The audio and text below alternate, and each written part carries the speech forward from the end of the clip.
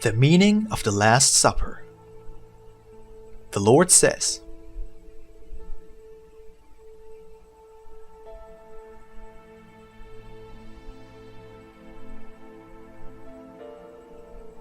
Now choose a text again, and we'll see if it fits our cause.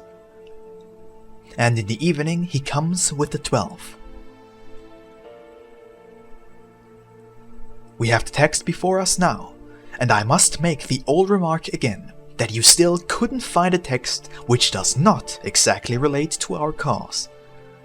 The present text may not seem to have much in common with our cause outwardly, but this is not the case by any means. Actually, it is the opposite. It has the greatest connection to our cause, and if you had not chosen it, I would have chosen it.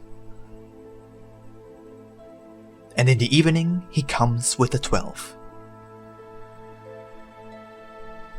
Who came? The Lord of Eternity came. When? In the evening. And where to did he come? To the dining room that has been prepared by his disciples.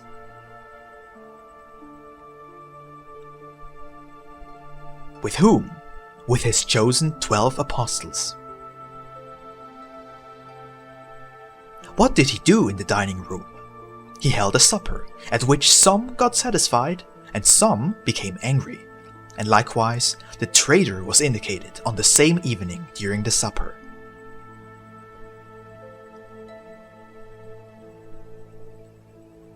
The complete picture lies before you here, and you can grab its cause with the hands. What does the evening mean? It is a semi-light state of the day, in which the light starts to fade away, and continues to do so until no sun rays can be discovered anywhere.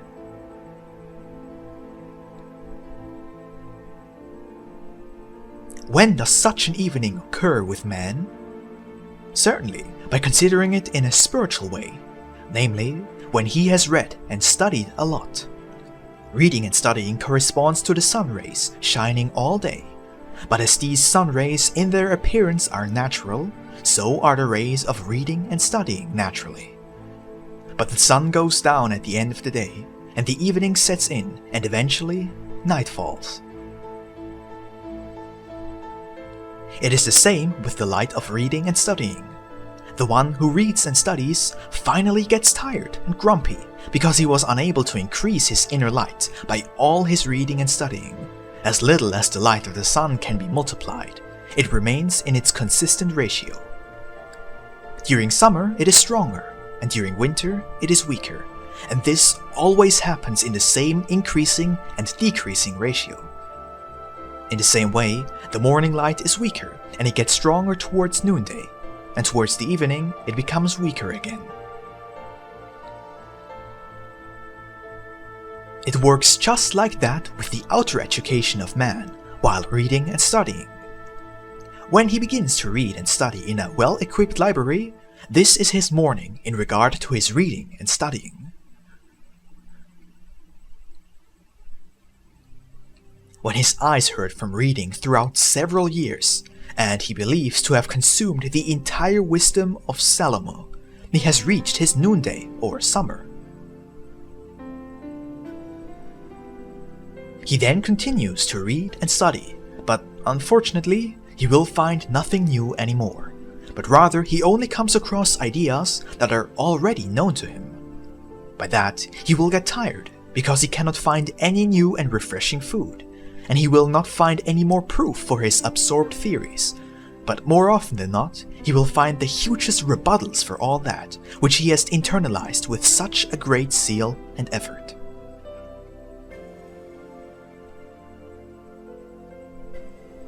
His gold, which he believed to be true, more often than not turns into lead, and when he has recognized this little valued metal within himself instead of the gold, he will become sullen and discontented, and he loses all ground, and, at the end, he is standing like a hiker on an alpine meadow, as dense fogs have surrounded him.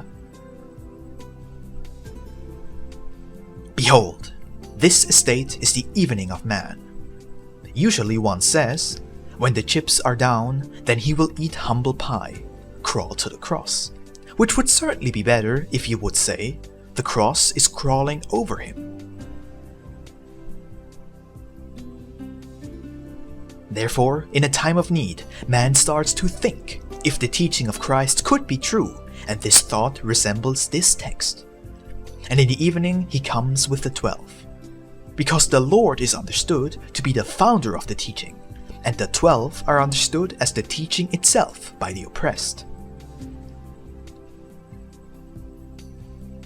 Where does he and the 12 go to? To the dining room that has been prepared with food and drinks.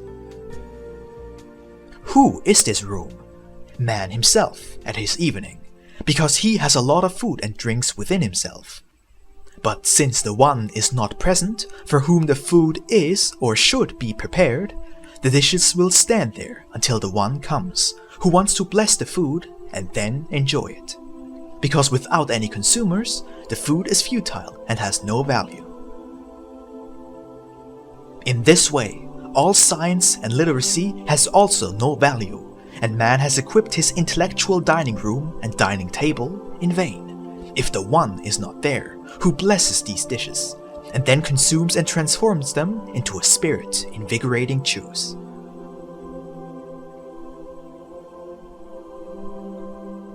But the Lord himself comes in the evening with the 12, or the founder with his teaching enters the dining room, sits down at the table, blesses and consumes the dishes. However, because the dishes are natural, so is its effect the same as the effect of that Last Supper, in which the Lord gave a true living communion in the words of love, about which many disciples get angry and say, "This teaching is extremely hard. Who can believe and obey this?" The disciples take off, and soon after the traitor is indicated. Who are the disciples who get angry and walk away? These are the false justifications of all that has been read and studied. These are held against the principles of the teaching of Christ. Then soon a general contradiction arises, which has the following wording: a teaching that is so full of contradictions cannot possibly be of divine origin. It is therefore only a temporary and shallow product of scientifically uneducated men, and therefore also of inconsistent people who have just put together something by way of eclecticism, selection from philosophical doctrines, in order to make the poor humanity liable to tribute and interest. Thereby, as they say, the baby is thrown out with the bathwater, or the traitor is indicated, and he soon departs and does what he was called to do. He handed the living over to death, and he perishes with it. And this is the night that follows after the evening, or also, everything in man is now dead. And so, I come in all seriousness to everyone during the evening with the 12, finding the dining room and table filled, but they are all natural dishes. Do I consume these also, or do I condone them upon condition that they convert these dishes into active dishes of love, by saying that one should do that in remembrance of me, or in my name, and not in one's own out of self-love, self-honor, or self-praise? The disciples start to get angry and become adverse to me. Judas is starting to sit there, naked, and it does not take long after such a betrayal that the death sentence is announced to me.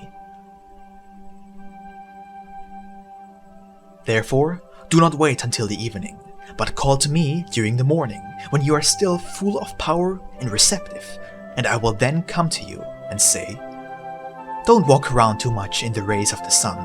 They will tire you and let you become inactive, but rather strengthen yourself in the cooling shadow below the tree of life, so that you abide active during the whole day.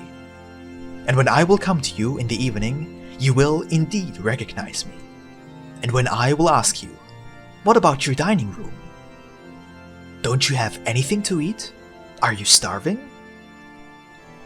You will only have a small and poor inventory of dishes to show, but I will bless it, and I will sit with you at the table, upon which no traitor of mine awaits me. Or the few skills that you have, I will extend to the size of a central sun, so you may receive out of it light in an endless abundance. I think the text, and in the evening he comes with the 12, should be very clear before everyone's eyes, and explain the matter completely. But nevertheless, I will not put an end to my generosity yet.